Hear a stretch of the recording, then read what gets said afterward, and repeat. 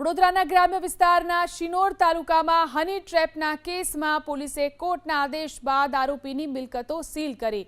ભરૂચ જિલ્લાના પાલેજ ગામે આવેલી હની ટ્રેપ કેસના આરોપીની લાખો રૂપિયાની સ્થાવર મિલકત જપ્ત કરી અને સીલ કરી દેવામાં આવી।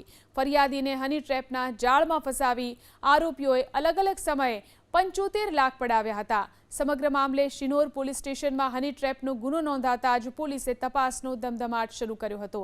તપાસ દરમિયાન સામે આવ્યું હતું કે આરોપીએ ગુનાના કમાયેલા નાણાંમાંથી પોતાના પરિવારના સભ્યોના નામે સ્થાવર અને જંગમ મિલકતો ખરીદી હતી। આરોપીની ગેરકાયદેસર મિલકત જપ્ત કરવા વડોદરા ગ્રામ્ય પોલીસે શિનોર કોર્ટમાં દરખાસ્ત કરી હતી। જો કે આરોપી મિલકતની આવકના પુરાવા રજૂ કરવામાં નિષ્ફળ નીવડતા શિનોર કોર્ટે મિલકત જપ્ત કરવાનો આદેશ કર્યો હતો।